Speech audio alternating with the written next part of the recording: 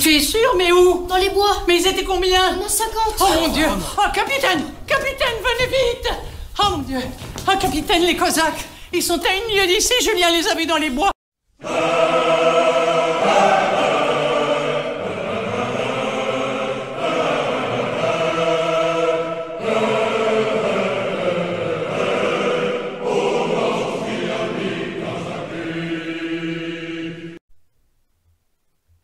Chers camarades, bonjour, ici le Cosaque en direct live des montagnes du Caucase. Me voici ici dans une nouvelle chronique pour le réveil des moutons. Je suis sorti spécialement de mon régiment afin de répandre gifles et coups de sabre. Chers amis, petite page de réclame avant de lancer les hostilités bouillantes de la France occupée. N'hésitez pas à soutenir le réveil des moutons, en allant sur la boutique ou par don libre. Tous les soutiens sont les bienvenus dans ce combat sans pitié avec ses ennemis acharnés. Ne vous inquiétez pas pour les plus impatients, nous vous mettrons les liens en description. Trêve de mondanité, place à l'actu. C'est la chronique du Cosaque, suivez-moi camarades. Aujourd'hui, l'actu des gueux, avec pour thème « Pour demain, quel avenir ?» Dans cette édition, nous parlerons du fameux monde d'après, cher à Jupiter Ier. Une fois n'est pas coutume, chers camarades, faisons un peu de prospective. Oh, nous ne prétendons pas lire dans une boule de cristal, mais certains éléments lâchés par l'oligarchie nous permettent d'y voir plus clair. Connaissez-vous Cyberpolygone? Non, c'est normal. Sur le site du Forum économique mondial, celui de Davos, cher à Klaus Schwab, Cyberpolygone est décrit comme un événement de cybersécurité unique qui combine le plus grand exercice de formation technique au monde pour les équipes d'entreprise et une conférence en ligne mettant en vedette les hauts fonctionnaires d'organisations internationales et de grandes entreprises. La conférence de 2021 discute des principaux risques de la numérisation et des meilleures pratiques pour le développement sécurisé des écosystèmes numériques.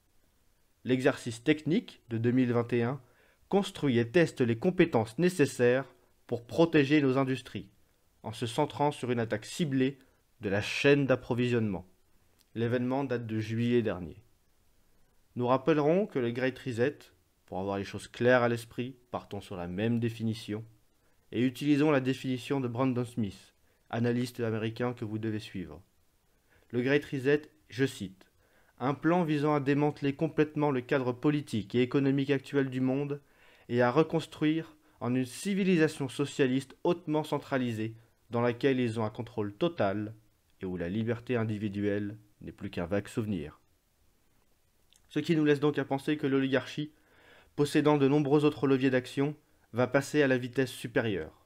Cyberpolygone, comme annonciateur de vastes séries de cyberattaques, en est une autre étape de ce fameux agenda 2030. Ces cyberattaques entraîneraient inévitablement des ruptures de chaînes d'approvisionnement. Nous voyons que ces chaînes sont très fragiles. Déjà en Australie, avec une simple grève de routiers, des routiers en colère, des routiers excédés, mais des magasins vides. Regardez les images en Australie qui sombrent dans la folie de la dictature covidiste. Nous l'affirmons, ce pays est en pleine guerre civile, dans une lutte verticale du bas vers le haut. C'est un pays qui ne se laisse pas avoir par des luttes horizontales stériles avec leurs émours locaux. Rappelez-vous du risque des ruptures de chaînes d'approvisionnement. Rappelez-vous du premier confinement. On avait des bagarres pour du PQ. Je vous donne un conseil, faites des réserves. En Angleterre, en ce moment même, plus d'1 heure minimum pour faire le plein d'essence. Ou, dans le centre-ville de Londres, pas au fin fond de la campagne britannique, tous les signaux sont au rouge. Tenons-nous prêts. Celui qui ne voit pas la situation se dégrader est soit un fou, soit un menteur. Le Premier ministre anglais, Boris Johnson, a appelé l'armée en renfort pour livrer l'essence dans les stations et éviter les débordements. Vous en voulez du signal? À noter les opérations escargots en Italie, depuis lundi, qui sont absolument massives et vont forcément entraîner des ruptures d'approvisionnement. L'état économique de la France, vous le savez, est catastrophique. Dans la logique d'application du projet de paupérisation forcée de la classe moyenne, une série de cyberattaques semble dans la lignée de ce projet. Détruire pour mieux reconstruire. Tel est l'objectif de cette caste antinationale. Pour vous donner une idée de l'ampleur que pourraient avoir ces conséquences de ces cyberattaques, le professeur Mark Graham de l'université d'Oxford évoquait la possibilité de l'arrêt momentané d'Internet qui aurait des conséquences cataclysmiques. Je cite: Si tout l'Internet était coupé, nous assisterons à un effondrement économique mondial presque immédiat. L'Internet est le système nerveux de la globalisation contemporaine. Les interactions explicitement numériques, comme les principaux réseaux bancaires et de paiement, etc. Mais alors, même les parties de l'économie qui semblent initialement relativement déconnectées commenceraient à s'arrêter, car toutes les sociétés contemporaines reposent sur les chaînes d'approvisionnement à longue distance, et ces dernières reposent sur l'Internet. S'il y a deux choses qui sont sûres de provoquer le chaos dans l'économie contemporaine, c'est l'impossibilité de distribuer la nourriture et l'impossibilité pour les gens d'accéder à l'argent et au réseau bancaire. Parlons-en de l'argent. Un article circulé cette semaine annonçant la fin de l'argent liquide pour 2022. Tout cela permettrait une réinitialisation du système bancaire qui vit sous perfusion de fausses monnaies, de taux négatifs depuis 2008. Un système qui est mort, mais qu'on maintient vivant par des injections superficielles, artificielles. Il y aurait alors un passage à des monnaies numériques émises par les banques centrales. Tout cela en lien avec la mise en place précédente du pass sanitaire. Les bons et les mauvais citoyens. Avec ce passage à la monnaie numérique, on peut lire sur le site de la Banque centrale européenne: la numérisation gagne tous les aspects de notre vie et transforme également nos modes de paiement. Oh, il ne croit pas si bien dire. Un euro numérique serait l'équivalent des billets en euros, mais sous la forme dématérialisée. Cette forme de monnaie électronique serait émise par l'Eurosystème, c'est-à-dire la BCE et les banques centrales nationales, accessible à tous, ménages comme entreprises. Un euro numérique existerait, selon eux, parallèlement aux espèces, sans vraiment les remplacer.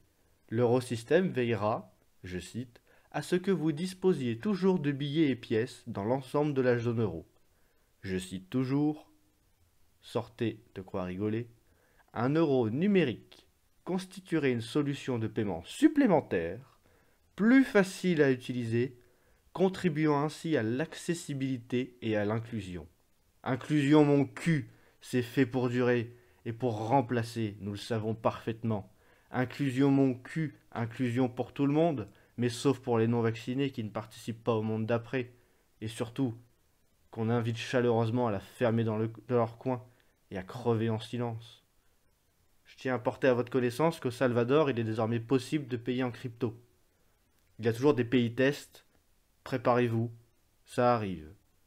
Si vous voulez de l'actu, j'ai de l'actu bouillante. Aujourd'hui même, à l'heure où je vous parle, la BNP Paribas vient de lancer sa première carte bancaire biométrique. On paye par empreinte digitale, c'est tellement plus sécurisé. Vous savez quoi? Il manque plus que la puce RFID pour payer directement. Rappelez-vous de ce que disait Klaus Schwab. La nouvelle révolution industrielle entraînera la fusion de nos identités biologiques et numériques. Pour cela, il faudra un petit passeport écologique. Vous en avez bien un déjà qui est sanitaire. Alors il sera admis à produire et à participer à la vie économique, selon sa propre émission de CO2. C'est-à-dire que si vous polluez un peu trop, on va vous dire vous allez rester au chômage et chez vous pendant 1 ou 2 jours. Là, vous n'allez pas trop polluer. Arrêtez de manger de la viande. Ne sortez plus. Arrêtez de consommer tel que vous le faites. Ne conduisez plus. Tout cela pour amener à un monde de l'isolement, de l'exclusion. Le monde d'après est celui de la décroissance. Mais rappelez-vous, souvenez-vous, l'économie ce sont avant tout des rapports de production entre des humains. Vouloir la décroissance, c'est vouloir assumer la mort sociale et physique de nombre de nos concitoyens. Le Great Reset se base aussi sur l'écologie. Le nouvel ordre mondial utilisera le réchauffement climatique. L'écologie nécessite une solution planétaire. Le gouvernement mondial y répondra. Tout cela avec un passeport numérique bien ficelé. Et là, vous allez rire jaune. Un passeport pour une monnaie dématérialisée qui fera office de certificat visant à attester de votre davophilie, de votre clochouabophilie. Prouver qu'on est un dégénéré pour ne pas mourir socialement. C'est bien cela le monde d'après. Payer en crypto, en travail, en distanciel. afin de s'isoler et de rembourser la dette irremboursable. Quel magnifique avenir. Avec ces passeports, il y aura un traçage massif. 1984, l'arrivée, le voici sous nos yeux. Il est temps de sortir de l'hypnose collective. Je cite un article de Spoutnik qui reprend simplement la déclaration de Christine Lagarde. À la suite de cette consultation, Christine Lagarde a déclaré réfléchir à la mise en place ou non de ce système. La logique de l'euro numérique sera que vous n'aurez plus un euro sur votre compte en banque sans que la Banque centrale européenne ne sache d'où il vient et l'usage que vous en faites. Cela pourra aussi permettre par exemple de désactiver la carte bancaire d'un individu s'il ne télécharge pas l'application Stop Covid. Je vous l'ai dit, si vous n'êtes pas clochois-bophile, c'est mort pour vous. Ce traçage massif, chaque citoyen deviendra un suspect potentiel. Pourquoi pas le QR code en attendant la reconnaissance faciale? Pour l'instant, personne ne veut brusquer le mouvement ni aller plus vite que la musique. Mais l'utilisation d'un QR code constitue probablement une phase transitoire avant le recours à la reconnaissance faciale généralisée, comme en Chine. Contrairement à une idée reçue dans une opinion publique tenue à l'écart de ces innovations, il ne s'agit pas d'un scénario futuriste, à la Black Mirror ou ce que vous voulez. Dès le mois de mars, l'aéroport d'Orly a annoncé son premier test de reconnaissance faciale pour les vols vers le Maroc. On y est déjà. Réveillez-vous. Progressivement, le traçage, voire la traque, des mouvements de personnes se met en place en utilisant les possibilités technologiques les plus récentes. Je vous renvoie vers un rapport du Sénat du 3 juin. Il est édifiant. Le passage suivant du rapport résume assez bien la direction que prend le pouvoir actuel. Je cite. Dans les situations de crise les plus extrêmes, les outils numériques pourraient permettre d'exercer un contrôle effectif, exhaustif et en temps réel du respect des restrictions par la population, assorti le cas échéant de sanctions dissuasives et fondé sur une exploitation des données personnelles encore plus dérogatoire. Langage politicien abscon, mais vous voyez l'esprit. Ces outils sont les plus efficaces, mais aussi les plus attentatoires aux libertés. Mais une fois de plus, il serait irresponsable de ne pas les envisager. De nombreux cas d'usage sont possibles. Laissez-moi vous en citer quelques-uns. Le contrôle des déplacements avec un bracelet électronique pour contrôler le respect de la quarantaine. La détection automatique de la plaque d'immatriculation pour les radars. Les portiques de contrôle dans les magasins. Les caméras thermiques dans les restaurants.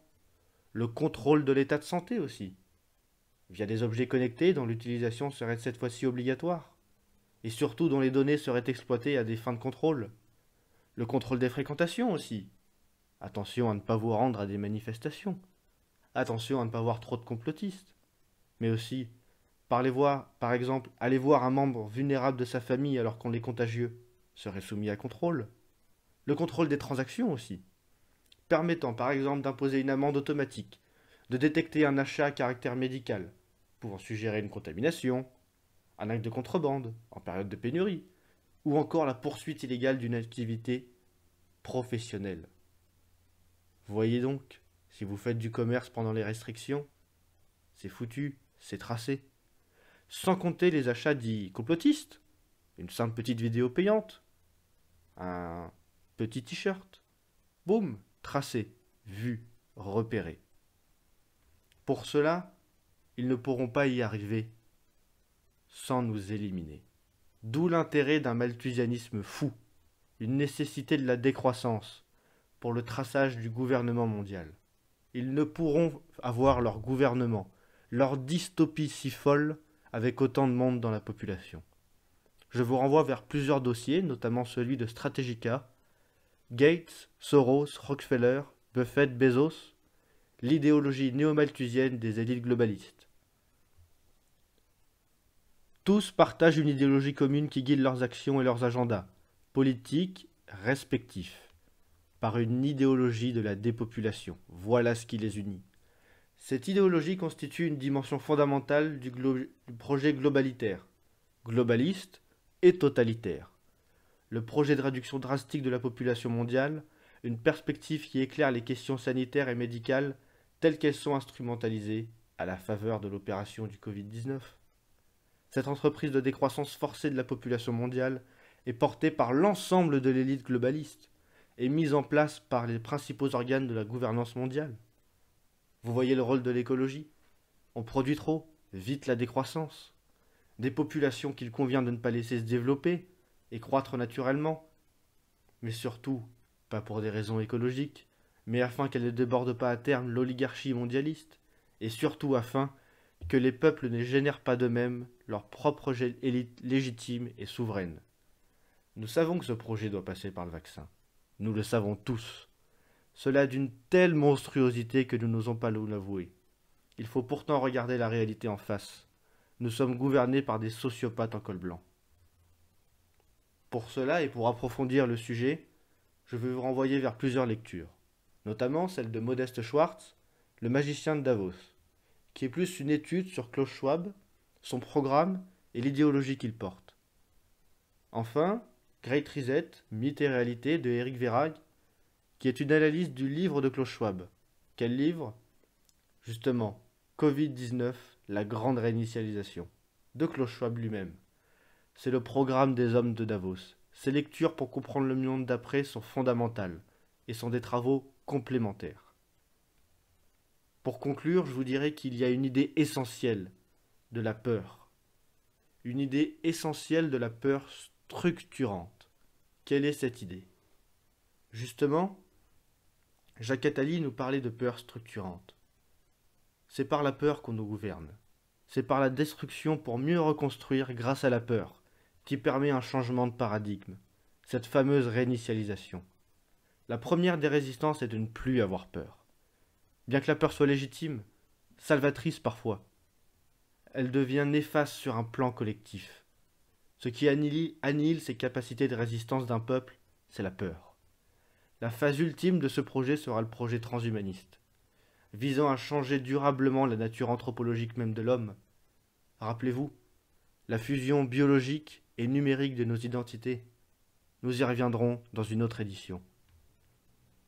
Enfin, pour vous laisser, je vais vous rappeler de soutenir notre Manu national dans ses persécutions contre la justice républicaine. Ce combat, c'est le nôtre. Nous comptons sur vous. Pour Manu, haut les cœurs. N'hésitez pas à partager les chroniques, c'est aussi la vôtre. C'est la chronique du Cosaque. Restez à l'affût dans les steppes et les montagnes. À très bientôt camarades, si Dieu le veut.